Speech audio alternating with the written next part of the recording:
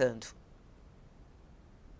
Olha, a gente não pode justificar um ataque da maneira como foi feita, né, pelo Hamas, mas a gente não pode também examinar esse ataque de maneira isolada. Isso é uma história, como vocês mencionaram, que vem desde 1946. E agora, por circunstâncias internas, como foi mencionado aí em Israel, o Hamas aproveitou essa circunstância para, com a divisão interna em Israel, a contestação para o governo do Netanyahu, para fazer esse ataque.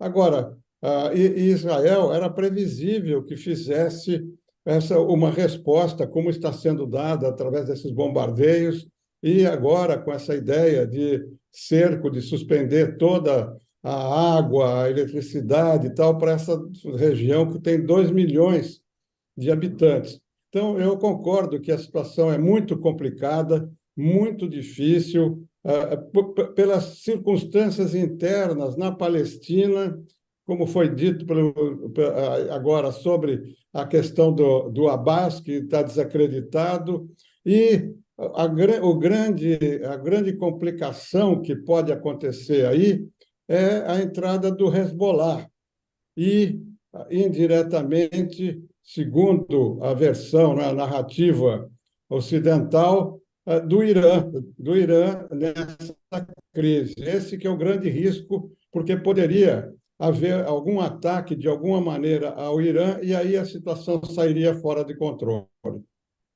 Embaixador, como o senhor diz, o grande risco é de que isso se transforme num conflito regional, né? Embora o Irã negue, é muito improvável que ele não esteja envolvido neste ataque do Hamas, um ataque sem precedentes.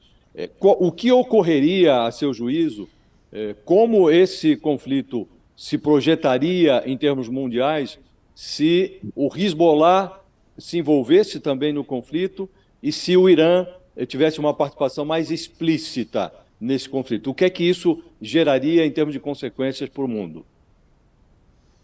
Olha, na diplomacia a gente não raciocina sobre hipóteses, né? Você não pode raciocinar sobre o que aconteceria. Primeiro tem que provar que há esse envolvimento do Irã. Quer dizer, o Wall Street Journal foi o primeiro que publicou isso. Tem que provar esse envolvimento, porque a gente já viu em outras guerras, né, o Iraque e tal, afirmações americanas que acabaram não se comprovando. Tem graus de envolvimento, entendeu? Agora, por isso que eu mencionei, se o Hezbollah entrar, aí a coisa muda de figura. E o deslocamento desse porta-aviões americano para o mar territorial lá de Israel já é um indício de que há uma preparação para uma eventual escalada do conflito. Então, agora, há outros fatores muito importantes que a gente não sabe como vai ser lidado. Por exemplo, esses reféns. Como é que Israel vai lidar? Porque a gente não pode esquecer essa crítica interna em Israel do Netanyahu. Como vocês disseram, nem o Netanyahu, nem o Abbas se pronunciaram claramente, fizeram manifestações iniciais e tal, porque eles estão os dois muito vulneráveis. Então, as circunstâncias vão determinar o futuro desse conflito. Eu não estou otimista em relação a isso. Eu acho que nós vamos ter essa semana uma situação muito dura em termos humanitários, né? Nós não estamos nem falando se um tem razão, se o outro tem razão, mas em termos humanitários, né? Vai haver mortes, está havendo mortes dos dois lados, a população civil está sendo afetada. Então, aí, essa semana, dependendo da escala da reação de Israel, nós vamos ter uma situação ainda mais humanitária, ainda mais complicada. E se, como eu falei, se o Hezbollah entrar, então a coisa vai sair do controle, na minha visão. Embaixador, queria saber também sobre a postura do Brasil, né? O Brasil está na presidência do Conselho de Segurança da ONU. O presidente Lula se pronunciou no final de semana dizendo que ficou chocado com os ataques que ele considerou terroristas realizados contra os civis de Israel, que causaram numerosas vítimas.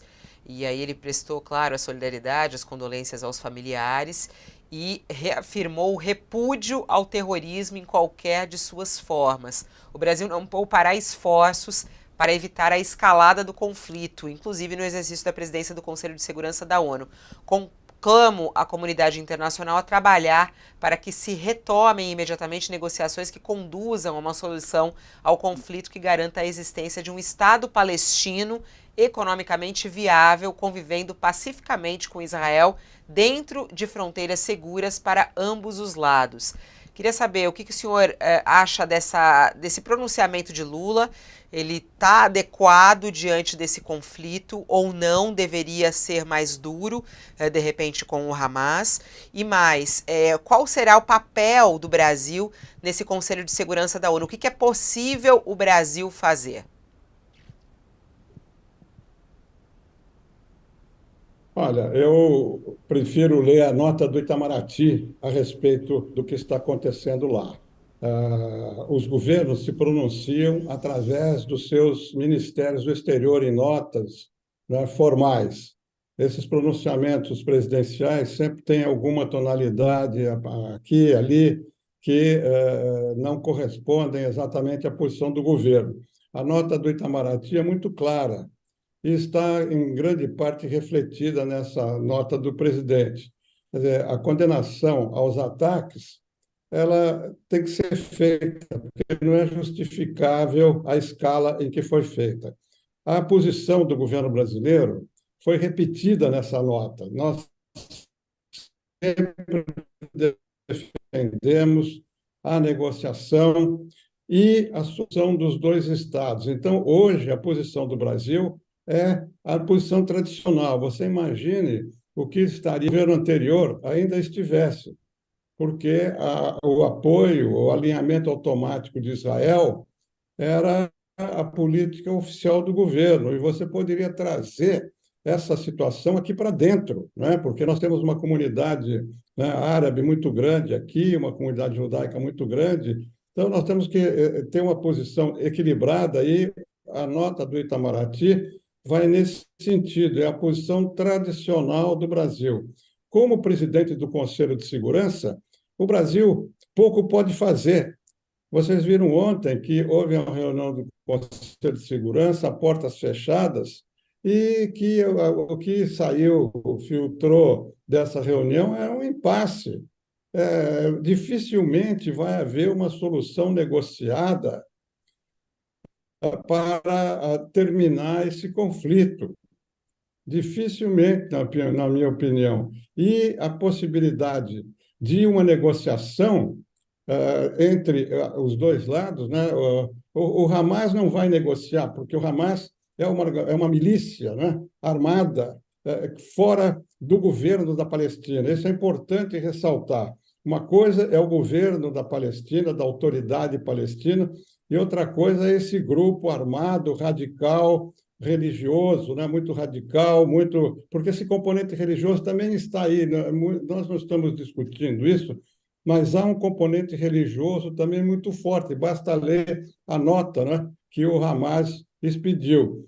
Então, você tem tantas questões envolvidas que torna muito difícil você projetar uma ação para o futuro. E o Conselho de Segurança, na minha opinião, vai manter essa situação de impasse, porque você tem, de um lado, os Estados Unidos, de outro lado, a China, a Rússia, e os países que não querem nem um lado nem outro, querem a paz, mas não, eles não têm os votos decisivos, que são os votos do Conselho de Segurança. Então, mesmo presidindo o Conselho, o Brasil pode fazer muito pouco para levar as partes a uma mesa de negociação. É isso. Embaixador, eu sei que o senhor precisa se despedir da gente, tem voo agora. Muito obrigada pela sua participação ao vivo aqui, trazer o seu conhecimento também, compartilhar conosco. Um bom dia ao senhor, boa semana. Muito obrigado pelo convite. Esperemos que a gente encontre uma solução que minore, né, o sofrimento das populações dos dois lados, né? Obrigado. Agora, 8 Obrigado, horas e professor. 32 minutos, seguimos aqui, Josias, e recebendo várias informações, inclusive de brasileiros que estão lá. A gente tem aqui uma reportagem falando sobre um brasileiro que gravou um vídeo antes de desaparecer, e ele diz, cena de filme. É o brasileiro Hanani Glazer, que disse em suas redes sociais que a situação que viveu em Israel parecia cena de filme. O rapaz que estava naquele festival de música eletrônica foi atacado pelo grupo extremista Hamas, fez um relato em vídeo e gravado antes de desaparecer. A gente tem aqui o vídeo dele, vamos assistir juntos? O vídeo que foi divulgado nas redes antes dele desaparecer nesse ataque feito pelo Hamas. Vamos assistir. Essa situação não tem como inventar. No meio da rave a gente parou num bunker, começou uma guerra em Israel. Pelo menos a gente está num bunker agora seguro, vamos esperar dar uma baixada nisso. Mas cara, foi cena de filme agora, a gente correndo quilômetros para achar um lugar para se esconder, velho. Essa situação não tem como inventar. No meio da rave a gente parou num bunker, começou uma guerra em Israel. Pelo menos a gente está num bunker agora seguro, vamos esperar dar uma baixada nisso. Mas cara, foi cena de